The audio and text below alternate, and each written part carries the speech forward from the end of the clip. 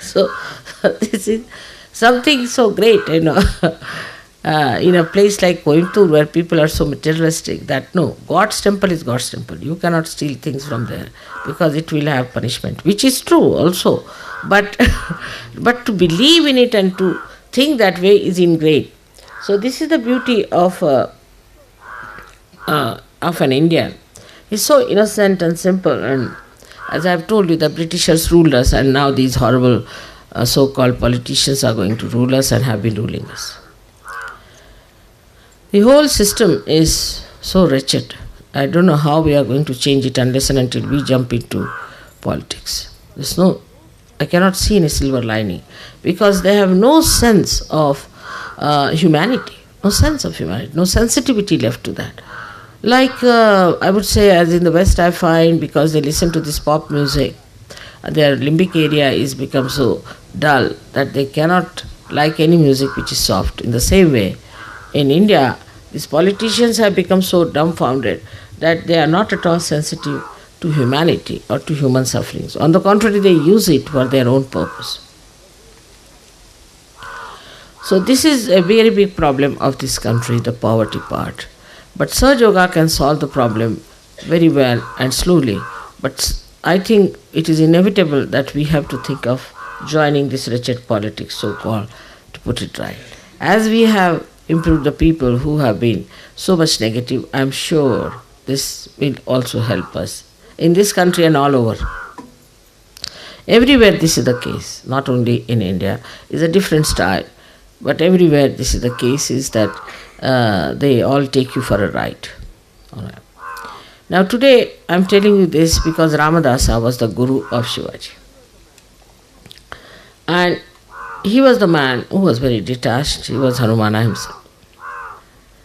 And once he came to Shivaji's place, and Shivaji was so fed up with his people and with the whole administration and the way things were, he had made a chit saying that, "Oh my Guru, I give you all my property, all my lands, all my kingdom, everything at your feet, and you better look after it."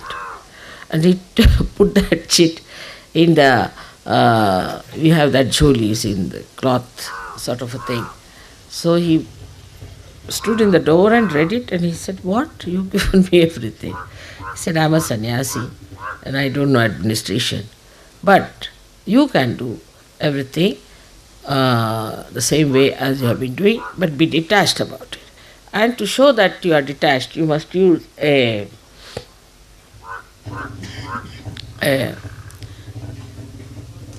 waist under dhoti stuff, we call it. In a triangular manner it is made. You see that thing with the saffron color showing that you are detached and you are a sannyasi. And that's how this flag came into being. So the entry of the politics has been in this country, entry into politics by sakshatkari people or by incarnation has been there. Most of the incarnations have been kings. Like we have got Buddha, he was a king. Mahavira was a prince, both were prince. Then we have got Rama, who was a king. Then we have got Sri Krishna, who became a king. So the Aishwarya, the kingness has to be there. Has to be a royal family. Has to be, incarnation should be from a royal family. In India, that is the concept. But for Christ, we can say that he took birth in a very humble, simple way, because he was Sri Ganesha. And Sri Ganesha was born in the same manner as Christ was born. So his style was very different, because he was Sri Ganesha, he was holiness, he was auspiciousness, but he was Chaitanya. And Chaitanya can be born anywhere. But an incarnation who is otherwise in the Madhyamarga, in the central path, has to be on the Mahalakshmi line, has to be. But he is not in the Madhyamarga. He is Sri Ganesha born at Agya Chakra. So he need not have been, but he lived like a king. He is king of kings. So that sort of a thing he was. Above every other king, he was the king of kings. So that's how we have the people who have been doing something for the country, for their own generation, talking about it. In the same way, we had very great saints also, from Confucius, and also you have seen Moses, Abraham, how they tried to remove poverty and the slavery from people and to bring them to a free country. They worked very hard. So a Sahaja is not a person who is just sort of lives without any connection with the society, with the politics, with all that is happening. He has to be seeing all those things that are happening. He must read newspaper, if not in the morning, in the evening time. But he must know what's happening. He must put his attention to all these things. Only putting attention to things, it works out. I have done that all the time. Even Hitler lost his success because of that attention. So one has to know that you have an attention that can work, that can really create what you want. But you must keep your attention alert, not only limited to yourself, not only up to, say, India tour, or we can say up to bhajans, but must go beyond and put your attention everywhere, what's happening. Supposing you go to any other country, try to find out what's happening in this country, in that country, what's happening. Because now you are international people and you have to bother about everything that's happening in this world, because we have to change everything, we have to transform everything. It's a hazardous task, but I've done the biggest job is to create the roots for you, that you have become now the sprouted people, or we can say the elevated people, the special selected people. And now you cannot live like other ordinary stupid people. You have to be alert, you have to understand your responsibility. And every Sahaja in this tour has to take a vow that I have to be responsible for Sahaja. Something is also with marriages I have seen, that people once they get married, they get lost. Something so stupid it is, very, very stupid. You are specially selected people and you have to work for Sahaja and you have to work for what you have got it. And those who do not take the responsibility of Sahaja are really lacking in self-respect and understanding of Sahaja. You all have to work wholeheartedly for Sahaja and be happy about it, that you have a chance, that you are fortunate enough, that you have a chance to do so much, that you have powers to do it. As Christ has said, you do not light a lamp under a table. In the same way, I didn't light you under a table. So you all should mature, grow up, and see for yourself what you can do for any place, what improvements you can make, how far you can go. Take a responsibility. Yesterday you will be surprised. A man came up to ask me a question, what should we do to spread Sahaja? Please give us ways and methods by which we can approach Sahaja. It's very surprising.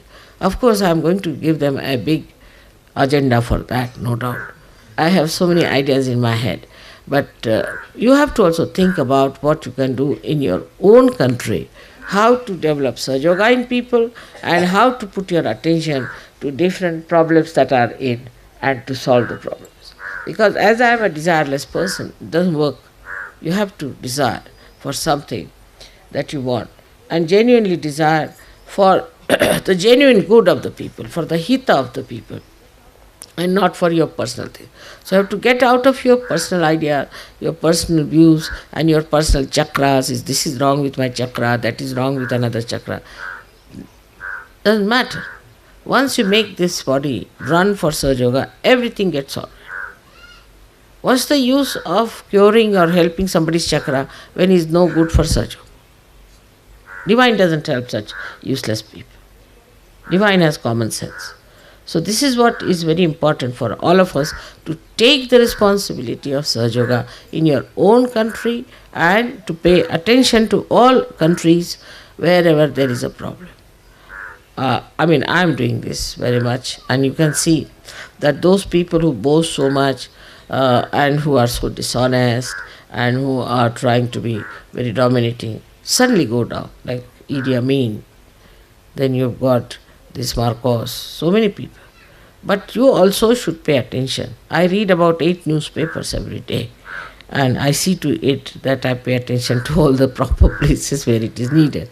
I wish I could be just like without any problems before me. But my incarnation is so many-folded that I have not only to give you realization, but also to give you responsibility that you have to do the job of transforming this world into a new world. And they asked me a question, Mother, do you think this will work out, that the golden age is coming? I said, I'm sure. In my lifetime, it has to work.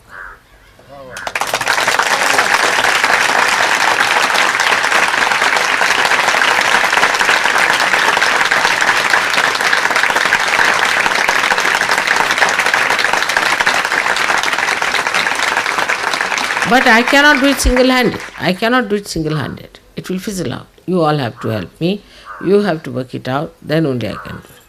So to think that Mother is going to do everything is wrong.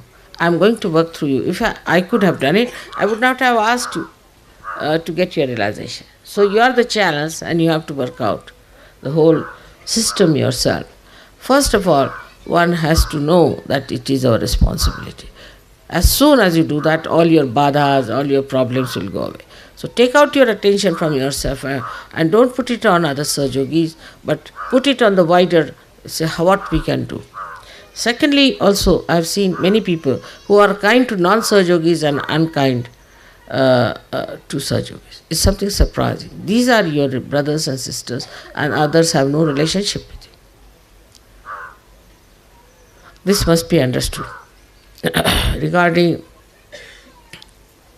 certain problems, like some funny people enter into Sahaja, prosper, become leaders and thrown out because they cannot give up their funny ideas. They are very limited and very small-minded attention.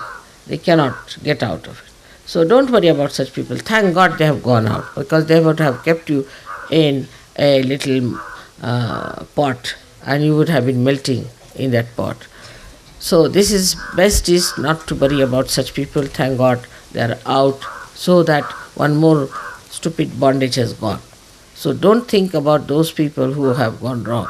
But you should only take it as a kind of a warning that you should not become one of them.